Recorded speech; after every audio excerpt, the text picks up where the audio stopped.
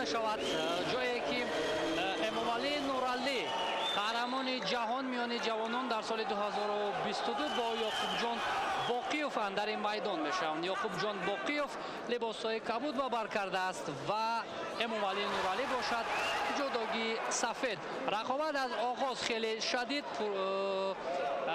бо суръат шурӯъ шуд ва инҷо довар рақобатро боз медорад. воқеан ҳамин гуна рақобатҳо барои тамошобинон бисёр ҳам муҳим аст. ҳам кафкӯбӣ мекунанд, ҳам аз майдондори ин паҳлавонон ҳаловат мебаранд ва мавқеяте ки Эмомалӣ Нуралӣ интихоб кард барояш хеле мувофиқ буд. партов кард ва ин навбат имкон дорад ки ҳолати буғӣ кардан ё лат додани дастро истифода барад. инҷо асаи коме ҳисоб карда мешавад. ҳолати асаи коме ва то куҷо Эмомалӣ Нуралӣ метавонад бо ин ҳолат Ёқубҷон Боқиевро шикаст дидад. аллакай як имтиёз ба даст овард ва 15, 16, 17, 18, 19, 20. хеле ҳам воқеан рақобати ҷолибу диданиро инҷо Эмомалӣ Нуралӣ ба намоиш гузошт ва тавонист ки Ёқубҷон Боқиевро таслим кунад.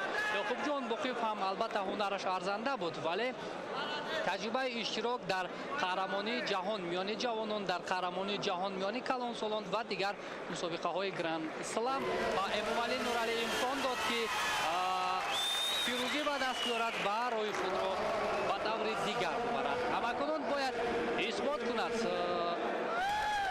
Эмомалӣ Нуралӣ ки дар вазни 66 килограмм дар Тоҷикистон рақами аввал аст ва ӯ аст муддаи иштирок дар мусобиқаҳои берун аз Тоҷикистон.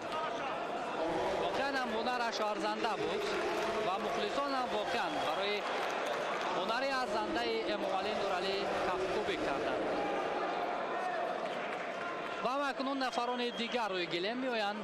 ҷон Маҳмад Толибов омода аст паҳлавононро рӯи гилем даъват кунад ва ҳамин тавр марҳилаи сеюм рақобатҳои дуюм аст. дар марҳилаи сеюм Азим Асадов